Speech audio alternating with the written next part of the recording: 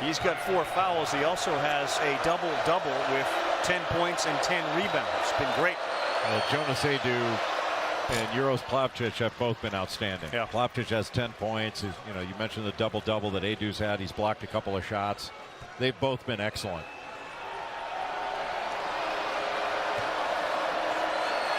Just standing over in Tennessee's huddle.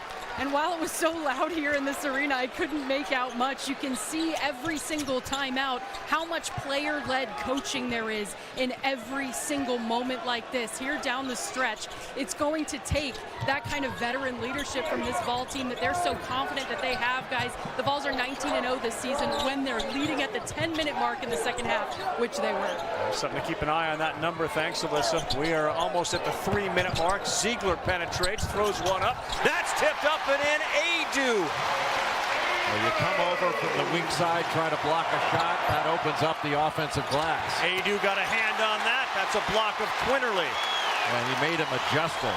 Just his presence made Quinterly adjust that left-handed layup.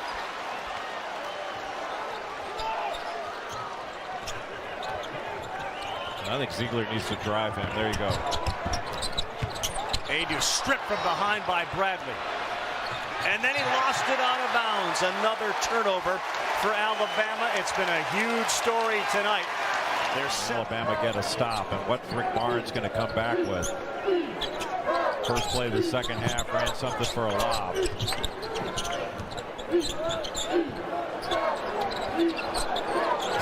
Ziegler with Miller on him. How does he stay in front? Up and in. Zakai Ziegler with a huge layup. Well, he gets that switch. He's going to take Brandon Miller every time. Really impressive play by Zakai Ziegler. The lead is 8.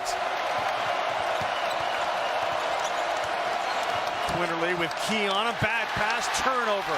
18th of the game for Alabama. Tried to one-hand it, and that's not going to work in this game.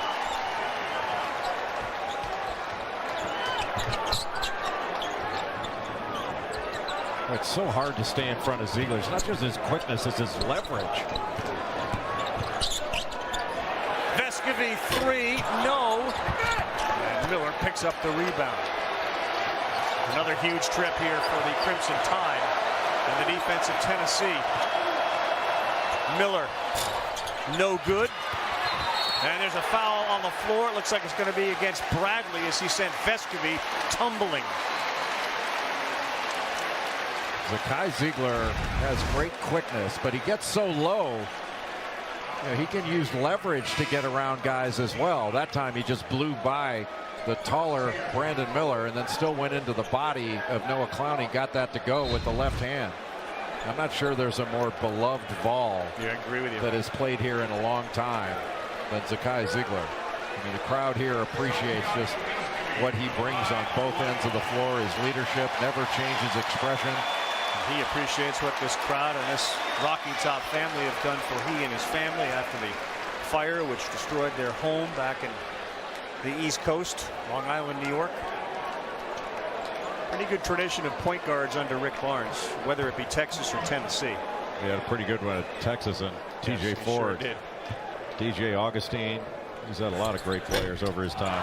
Vescovi, a rare free throw miss, although we've seen that obviously late in these buzzer-beating games. He can't convert. And Mark Sears has not been able to get an open shot all game long.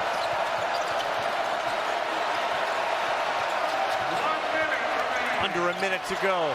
Quinterly will fire the 3 and hit nothing but net. What a big shot. 5-point game. And you foul these guards. They're such good free throw shooters. I mean, I know Vescovi just missed one, but both Ziegler and Vescovi shoot 80% or better. But you come off of Javon Quinterly to try to give help on Sears, and that's just a long closeout for Zakai Ziegler. And now it's just up to him to hit free throws.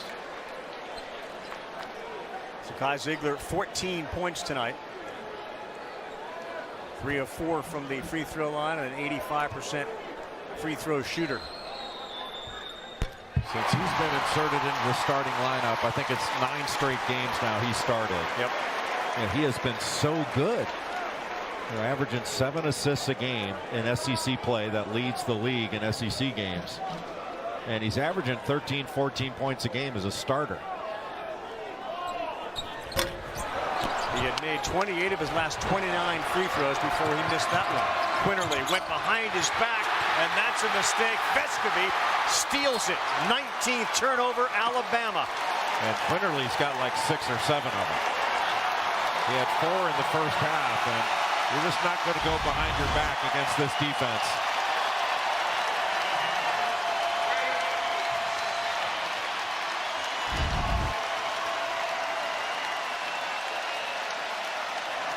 Do it for Brandon Miller. Fouls out with 15 points, 4 of 11 from the floor. A terrific job against Brandon Miller tonight. None of them ever got in any type of rhythm. Coming off a game in which he was 0 of 7 from three-point land against Auburn. Miller follows that up tonight with a 15-point effort.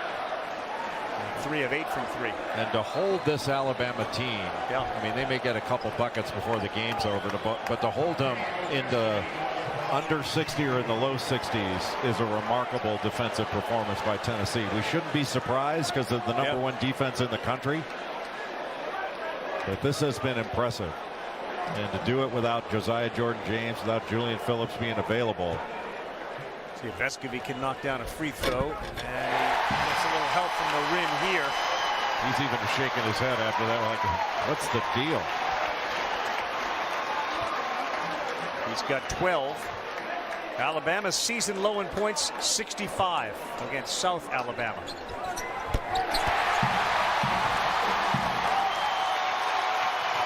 Eight-point lead. Now they got to get a shot up quickly. Using a lot of clock on this trip down as Quinterly finally penetrates and misses. Bradley picked it up, and he will end up going to the free throw line, but boy, did they take a lot of time to get a shot off. Down 8. Well, you can't make a pass. And Tennessee's out in passing lanes. They were face guarding. Zakai Zeigler was face guarding Mark Sears. And these guys can't breathe out there. They're looking at some of the Tennessee guys going, am I wearing this uniform or you? Because Tennessee's been in their jersey from the opening tap. Jay, to your point, Alabama this half has made 8 shots. They've taken 26. 30%. And they've had, what, 2 open ones? Everything else has been with a defender right in your grill.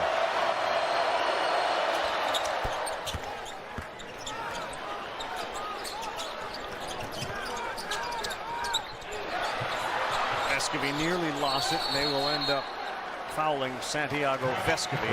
You got a timeout. Rebound averages.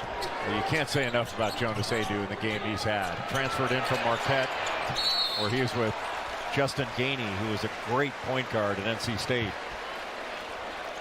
But Justin Gainey worked for Steve Wojciechowski there, and when he came here with Rick Barnes, he knew Jonas Aidoo and what he could do, and Aidoo's really starting to blossom. Yeah. I mean, this is a big-time performance by Aidoo in a big-time game.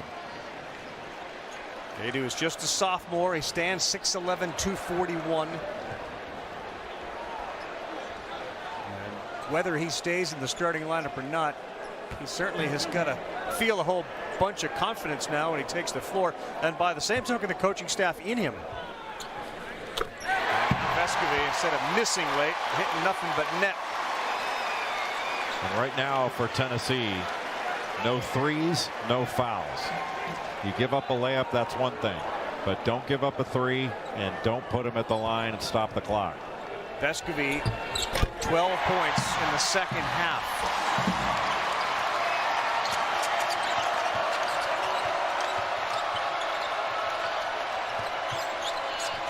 Clowney will fire up a 3. That's no good. The rebound is Keys.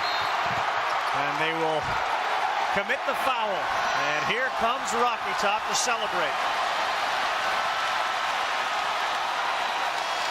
After 2 buzzer-beating losses, one at Vanderbilt where On the last play, they made a defensive mistake to open up a three-point shot for the Commodores, and then against Missouri. But boy, this is a football storming, wasn't it? This was a football storming, beating Alabama. It looked like that. Will we see a court storm tonight as you knock off a #1 team?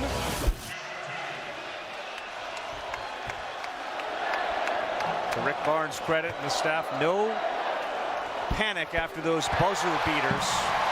Love the effort that his team was playing with, and rewarded tonight minus Julian Phillips and Josiah Jordan-James. Well, that man right there, Rick Barnes, there was no panic in him. You know, sometimes you lose a couple games and the atmosphere is difficult and dark. It hasn't been at Tennessee. 68-59, down goes #1. Tennessee, a winner over Alabama.